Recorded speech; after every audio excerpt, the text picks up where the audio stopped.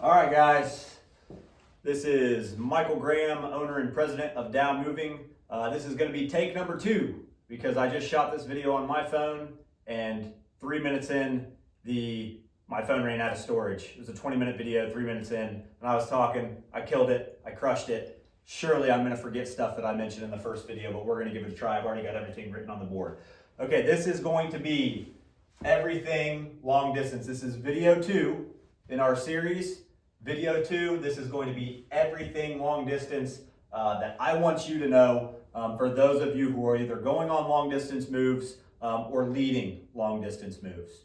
All right, we've got a couple different areas. We've got 3 different areas that we're going to talk about. Number 1 is going to be communication, 2, item requirements, and number 3, hotels. I had to throw hotels in here because of some incidents that happened over the previous year that I didn't even know about. Shame on me. All right, so number 1, communication. We've got a few different aspects of communication for a long distance job. And let me back up first because we need to understand the difference in approach between a long distance job and a local move. Okay, a local move is high pace. We're billing the customer based on an hourly rate. We have to be extremely efficient with our time. There is a balance between speed and quality. All right, that's for a local move. We've got to be fast and we need to hit the mark on quality, but we're really kind of pushing the envelope there to make sure that we are being respectful of our customers' time and what they're paying for. Long distance is not that way. We slow down. We're not in a rush. We are overdoing it on the quality of how we are preparing things, how we are padding and wrapping things, how we are packing things, how we're labeling things, how we are taking inventory of things. All right, that has to be super dialed in for a long distance move to go perfect. And that's the goal. We want the customer to get to the end of this move and for them to just be blown away at the quality and attention to detail that we have on these moves. All right, so now that we understand the difference between local and long distance and the different style in approach, let's go over these touch points or communication, item requirements, and hotels so that you guys are all on the same page as far as how I want these done. All right, so number 1, communication. We've got communication with the customer, communication with management, and communication with our labor help. These are areas of communication that you as the lead are going to be responsible for. This video is for anybody that's going to be going on a long distance move. For communication, this is the lead. Whoever is the lead is responsible for these things. On the customer communication side of things, as far as on the job, we're loading, we're doing the walkthrough, refer back to video 1. Okay, we already know how to communicate with the customer during the loading and unloading process. So refer back to that video for any questions. This is specifically during travel. Okay, before we leave, if I'm loading up in Troy and we're going to Naples, Florida, and it's Monday, I'm pulling away from the load on Monday. Before I do that, I'm going to exchange numbers with the customer. I need to have their number, they need to have my number. All right? Every single day by 2 p.m. while I am on the road, I am going to let the customer know, hey, we're on track, here's how far I made it. And that's a quick text. And I let them know on day 1, on Monday, when I'm loaded up and leaving, hey, I'm just going to shoot you a quick text message just to let you know everything's on track so you have some type of correspondence with me so they're not worrying about anything. You know, for a quick long distance move to Michigan, a little bit different than if we've done jobs in Arizona, Utah, Texas, Colorado, Montana, Wyoming. There's a lot more travel days in those longer jobs, and I want every long distance job to have communication with the customer every single day by 2 p.m. On the final day, if I loaded up and I left on a Monday, pulled out of Troy, or I'm leaving Tuesday morning. Tuesday, I'm driving down to Atlanta. All right, 2 p.m., I pulled off for a gas station stop or something. I texted the customer, hey, still on track for Thursday morning unload. I'll reach out one more time tomorrow to set the arrival time. On Wednesday, which would be my final driving day, so Monday I loaded, Tuesday I started my drive and made it to Atlanta. On Wednesday, I'm going to finish my drive. I'm going to make it down there. So on Wednesday by 2 p.m., I'm going to set, not only am I going to communicate with them, just say, hey, we're on track for unload tomorrow, I'm going to set the unload time. Does 9 a.m. work for you guys? It does? Great, perfect. All right, I've communicated with the customer. At that point, my customer communication is done until I start unloading with them. Skipping down to the labor help. You as the lead are going to be responsible for communicating with your labor help. If the unload's on Thursday, these guys are meeting us on Thursday. Same thing, by 2 p.m. the day before, so by 2 p.m. on Wednesday, you need to confirm with them, hey, this is Michael with Dow Moving, Josh. You're going to be helping me on my unload tomorrow. I just wanted to confirm it's going to be 2 guys and it's going to be at this address. 2 guys, this address. And hey, by the way, I've already talked to the customer. We're going to start there. I'll meet you guys there at 9 o'clock. We've communicated the number of people to confirm that that's, hey, we need 2 guys. Yes, 2, great. We've communicated the address or confirmed the address just like we would with the customer, and as well as set the start time. That address is extremely important. I set up labor help in Marco Island, Florida. This was a few months back, but it was this year. And we got down there. Tyler was on the job. It's like, hey, nobody's here. Call the labor guy. He's like, I'm here. I've been here for an hour. Where's your guy at? It's like, he's been there for an hour.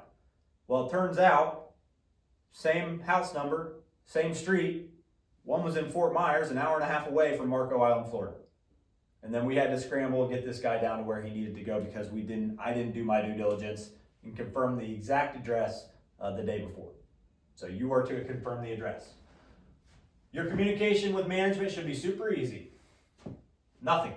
There's nothing that, you're leading this job, you're on the road, go do your thing. Okay? You should be calling them to bill out. Now, a couple things on that. We expect you to be big boys out there and get up and get on the road. This is like any other working day.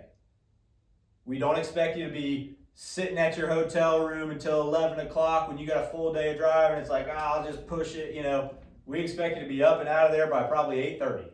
All right? They've got some breakfast for you. You can grab some breakfast. You can hit the road. We had a situation, some guys coming back from Texas. One of the gentlemen thought he could sleep in till 11 o'clock, mosey around, get on the road by 2 o'clock. They ran into traffic. They made it 300 miles in one day. I was like, what's going on? It's like, oh, well, so-and-so decided that he wanted to sleep in and take it easy. It's like, no. If you're on a long distance job, you are responsible for a lot of things. Time management is one of them. Managing your time wisely, we expect you to do. We expect you to be up and at 'em and on the road, by probably 9 a.m., especially if you've got a full day of driving. This is not the scenario. It's like, oh, well, I'll just drive 16 hours on the last day, and we'll talk about that here in a second. But we expect you to manage your time wisely. Number 2, item requirements. All the items that we need or that you need when pulling out of the parking lot to head on a long distance move. Number 1, you need to make sure you have your per diem money. Number 2, you need to make sure that you have your labor help money. So any money that we need to give to the labor guys. 3, you need to have a fuel card. That fuel card should already be in the truck. Number 4, you should have a filled out and completed logbook. Okay? Fun fact, if you don't know how to complete and accurately fill out a logbook, you can do a very simple thing. You take your logbook, you flip to the back page, and you read. It tells you exactly what to do. All right? And then you've read this back page, and then you flip it over all the way onto the back, and it gives you some examples. So if you don't know how to fill out a logbook, it's very simple. Flip to the back 2 pages, and you can read those, and that'll give you all the information that you need to know. Logbook, medical card. We expect you to have your medical card on you. Put it in your wallet. Very simple. Number 6, inventory and paperwork. We do need to have a bill of lading, but that duals as the paperwork that we have in your phone electronically on Smart Moving. So that would be your bill of lading, but we do need to have our inventory sheets. Okay, the first page of the inventory sheet should be filled out. All of this information on the top needs to be filled out accurately. And then you put down your inventory, blah, blah, blah, blah, blah, blah, blah. When you go to the second page, you really just need to put the customer information, the customer name. Put the customer last name so we know what customer that went for, if for whatever reason these papers get shuffled up. Also, with inventory, we have to check off when we're doing a long distance job. We need to make sure that everything comes off of the truck, that we have checked off that everything has came off the truck, and then we're gonna sign this inventory, and we're gonna have the customer signing it as well, saying, hey, we've gone through, every item that we had listed has came off the truck, we've checked it off, we've signed it here, we're good to go. And then the second page of this inventory has a perforated edge. The second page on every single one of the sheets, you rip off, and that goes to the customer. The rest can come back to us. Communication, item requirements, hotels. 1 hotel room per night. Doesn't matter if it's a 1 truck, a 2 truck, a 3 truck. All right, we have budgeted 1 hotel room per night for the trip. All right, that means if it's a 2 truck, you get a room that has 2 queen beds, and we're gonna set the hotels up for you in advance. So if it's a 2 truck, you share a room. If it's a 3 truck, we'll get a suite. That's 2 rooms right next to each other. Traditionally, one's gonna have 2 queen beds and the other has a pull-out bed. I believe there's 2 bathrooms traditionally, a little kitchenette area. Okay, so 1 hotel room per job, per night. Pretty straightforward there. 4, talk about pay structure. And I'm just gonna read this from our company handbook. We've already got it. All right, long distance jobs will be paid using a flat rate daily commission for any day with an overnight stay. Any pre-work, for example, any load day where we're coming back here, parking the truck in the lot, or a pack day, coming back here, parking the truck in the lot, and you stay in your bed, will just be paid hourly. That's like a normal local job. Return days will be paid hourly based on 1.5 or time and a half, your normal hourly rate, up to but never exceeding your daily commission. Pretty straightforward. Let's assume that, I'm coming back from Florida and it was a super quick unload. I'm coming back from Naples, Florida, which is about 16 hours away. It's a super quick unload. So day one, I would drive to, however far, 10 hours, stay overnight. And then day 2, I've got a shorter drive, 6-hour drive. So it'd be 6 hours times time and a half is what I'd be paid for that day, up to but never exceeding my daily commission rate. All right, pretty straightforward. $40 per diem per day will be provided starting on the first day on the road through your return day. So even if you've got a little perk to you, even if you've got a 3-hour drive back on that final day, you'll still get your $40 per diem for that day. Hotel, fuel, tolls, any miscellaneous expenses incurred that are approved by management during the trip will be covered by Dow Moving, will be covered by us. Here's what will not be covered. You lock the keys in your truck, and you've got to call a locksmith to get the keys out. That's on you. Don't lock the keys in your truck. Pretty straightforward. Long distance jobs are required to follow all FMCSA rules and regulations. It is your responsibility as the driver to ensure accurate paperwork, inventory, keep accurate paper or electronic logs, and follow all state and federal motor carrier regulations. Any ticket that is incurred due to the lack of the above mentioned items and documentation will be the responsibility of the driver. For example, you decide to push it, got that drive back from Marco Island, Florida, or Naples, Florida, 16-hour drive, and you say, hey man, I'm doing it all-nighter, I'm just gonna keep on driving. And then you get pulled over and they check your logbook. Let's hope you've got it filled out, but they can quickly tell that you have violated the FMCSA rules and regulations, or the Department of Transportation rules and regulations about drive time, which you can also find on the back of your logbook. It tells you, hey, here's how long you can drive, here's how long you can be on duty, here's how long you need to be off duty, so refer to this to get that information. You get a ticket because you were pushing it, that's on you. All right, pretty straightforward. I believe that concludes everything that I wanted to talk about. Just to give a quick recap, communicating with the customer every day by 2 p.m. Final day, you set the arrival time. Same thing with the labor help. Final day, you confirm your labor help, the number of people that you need, the address that you are meeting them at, as well as the start time.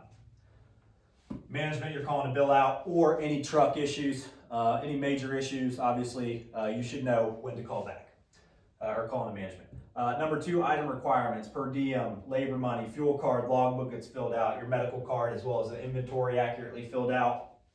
3, we already discussed hotels. 4, I read the pay structure to you. All right, so this is a process. You have seen the process video. We expect it to be done like this every single time.